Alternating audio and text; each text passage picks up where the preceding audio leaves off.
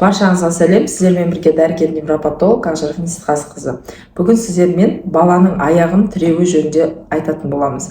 Қай уақытта бала аяғын тіреу керек, қандай аурулар кезінде бала аяғын тіремейді. Осы жөнінде айтатын боламыз. Алдымен мен каналыма тіркеліп, подписаться деген батырманы басып, уведомление деген значокты басып қойсаңыздар, жаңа видеолар келген кезде бірінші болып біліп отырасыздар. Және YouTube менің каналымды көбірек адамға көрсетіп, жаңағыдай каналды дамытуға үлкен үлес қосасыздар. Сондықтан каналға жазылуды ұмытпаңыздар. Маған көбінесе көретін видеоның 95%-ы маған жазылмай көреді екен да, сондықтан жазылуды ұмытпаймыз. Ал енді аяғын тіреу туралы айтайық балаларда. Бала аяғын негізі туыла салысымен тірейді. Бұл рефлекс опоры дейді. Рефлекс опоры, рефлекс ходьбы деген баланың туылған кезде өзімен бірге пайда болатын рефлексі. Яғни баланы вертикальды жағдайға алып келген кезде баланы осылай тұрғызатын болсаңыз, автоматически бала аяғын тірейді. Және сәл алдыға еңкететін болсаңыздар, бала аяғын біртіндеп осылай басады. Сондықтан бала аяғын туыла салысымен тірейді. Егер бала аяғын тіремей жатса, ол қандай белгі болуы мүмкін?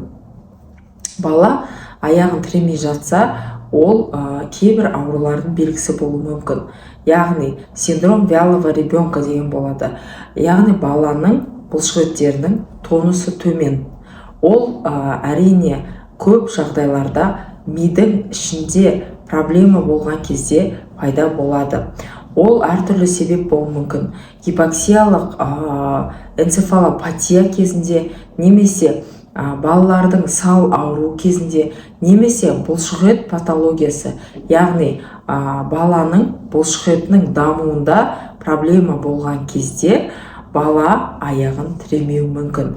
Бірақ кейбір балаларда болады, аяғын тірейді, бірақ не уверенно да, четко тіремейді. Ондай кездерде обычно кішкене бала массаж алып, кішкене балаға жұмыс жасайтын болған кезде, бала автоматически аяғын тіреп кетеді.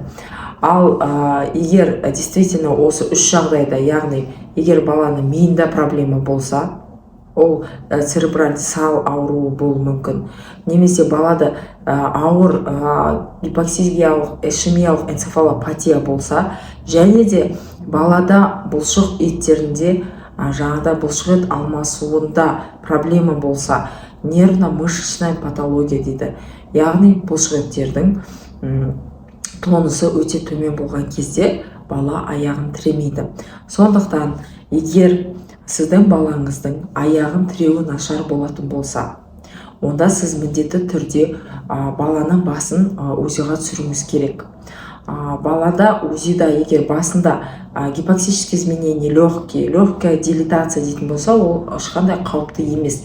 Ал егер баланың басында жаңағыдай қан құюлар болатын болса, немесе перивентрикулярная лейкомаляция деген болады, сондай жаңағыдай заключение болатын болса, онда міндетті түрде ертерек ем бастап, баланы ертерек невропатологқа көрсетіп, балаға жаңағыдай леченияны ертерек бастау керек. Және де баланың анализдерін алу керек. КФК, ЛДГ деген бізде креатин фосфокиназа деген именно бұлшықеттің бізде қаншалықты бізде бұлшықеттің жұмысын нервно-мышечный проблема бар ма жоқ па, соны анықтау үшін бізде КФК және ЛДГ деген бізде лабораториялық анализ болады. Осы анализ тапсырсаңыз, егер осы анализдерің сізде жоғары болатын болса, онда міндетті түрде баланы дәрігерге, невропатолог және басқа да специалистерге көрсету керек.